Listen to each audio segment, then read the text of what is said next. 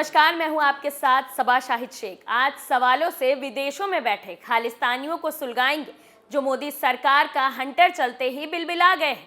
अमृतपाल के समर्थन में खालिस्तानियों को भारत से लेकर विदेश तक बवाल करना, मोदी सरकार से पंगा लेना महंगा पड़ गया है।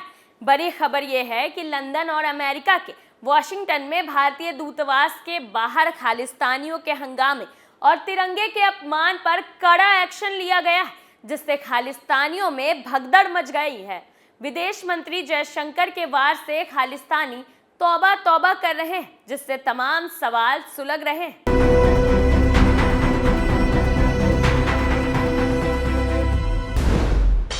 मोदी ने खालिस्तानियों पर क्या एक्शन लिया? क्या विदेश में बैठे खालिस्तानियों के पासपोर्ट होंगे रद्द? क्या पुलिस को मिल गई अमृतपाल की लोकेशन? सरकार ने कैसे तोड़ी खालिस्तानियों की कमर? इन सवालों ने खालिस्तानियों में हड़कंप मचा दिया है। तो आगे अमृतपाल पर धमाकेदार खुलासा करें, उससे पहले विदेश में कांप रहे अमृतपाल के समर्थकों पर बात करते हैं। तो सबसे पहले लंदन में विदेश मंत्री जयशंकर के एक्शन के बारे में बात करते हैं।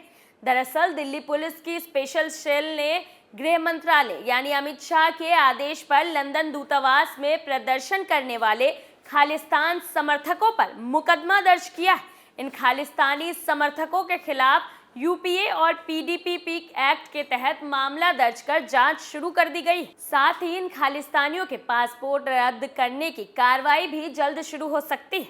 पुलिस ऐसे लोगों की पहचान में जुटी है जो भारत के नागरिक होने के साथ बाहर रह रहे हैं, भारत के खिलाफ साजिश रच रहे हैं। बताया जा रहा है कि विदेश मंत्रालय ने केंद्रीय गृह मंत्रालय को इस मामले पर कार्रवाई करने के लिए पत्र लिखा था। यानी विदेश मंत्री जयशंकर अमित शाह मिलकर इन खालिस्तानियों को सबक सिखाने की रणनीति बना रहे हैं।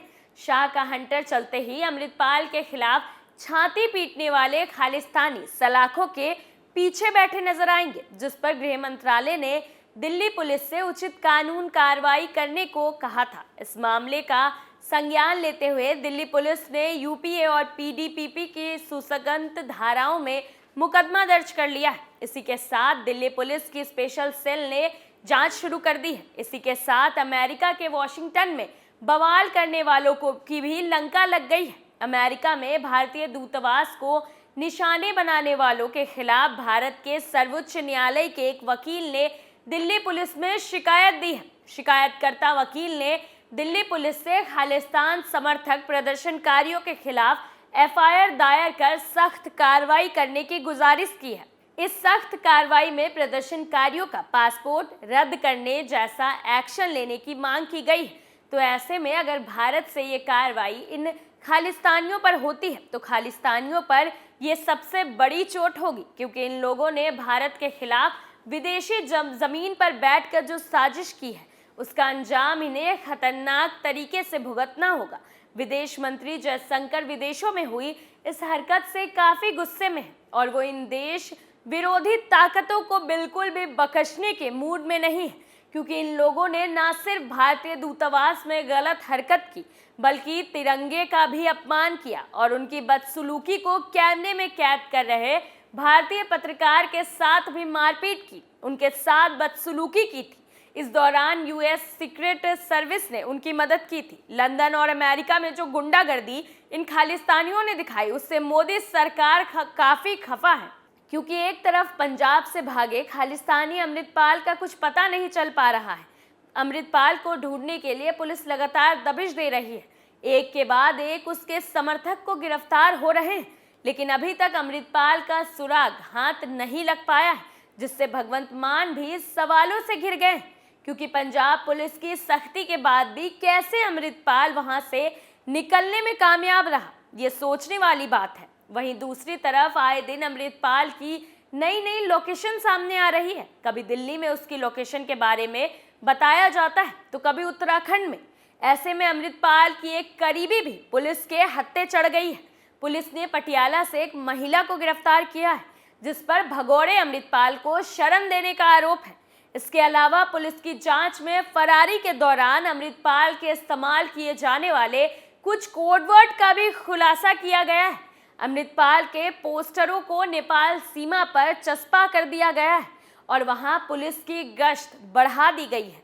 कहा जा रहा है कि अमृतपाल को फरारी के दौरान पटियाला की एक अन्य महिला ने लगभग 6 घंटे तक शरण दी थी। तब अमृतपाल का साथी पप्पलप्रीत भी उसके साथ मौजूद था। जांच के दौरान पुलिस को अमृतपाल के 3 अन्य सीसीटीवी फुटेज मिले हैं। इन वीडियो में से एक में महिला को अमृतपाल के साथ देखा जा सकता है। बताया ये भी जा रहा है कि पटियाला से ही अमृतपाल सिंह अपना हुलिया बदलकर शाहाबाद की तरफ फरार हुआ था। वो पटियाला में 19 मार्च को रुका था और 26 मार्च को पुलिस ने महिला की गिरफ्तारी की है।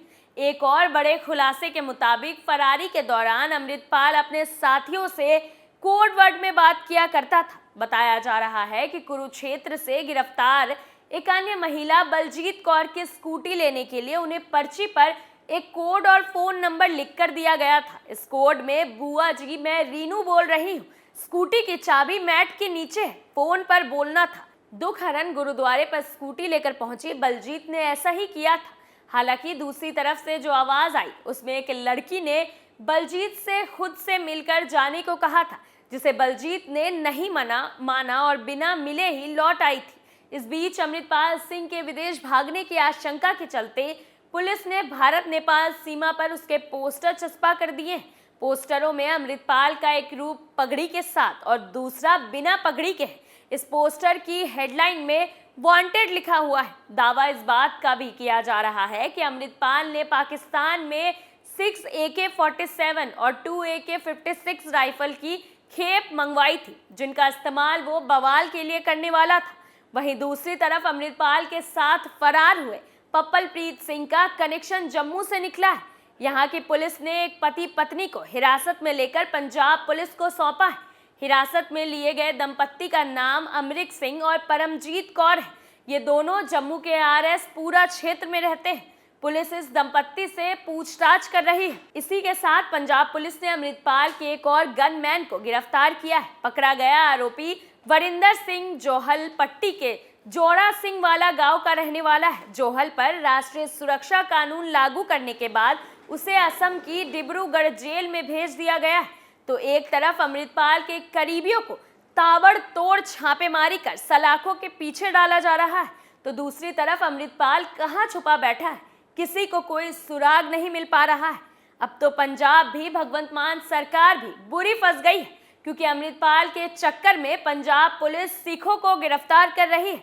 ऐसे में श्री अकाल तख्त साहिब के जत्थेदार ज्ञानी हरप्रीत सिंह की तरफ से पंजाब में बन रहे हालातों को लेकर बैठक बुलाई।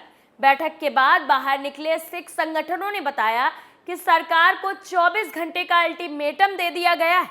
अगर पकड़े गए युवा सिखों को रिहा ना किया गया तो बड़ा एक्शन लिया जा सकता है। तो एक तरफ अमृतपाल को पकड़ने की चुनौती है, तो दूसरी तरफ भड़के सिख समाज का कंट्रोल करने की। कहा जा रहा है कि पंजाब में अब कुछ बड़ा होने वाला है। सुलगता सवाल में आज के लिए इतना ही। नए मुद्दे के साथ फिर पेश होंगे। तब तक के लिए देखते रहिए कैपिटल टीवी। नमस्कार।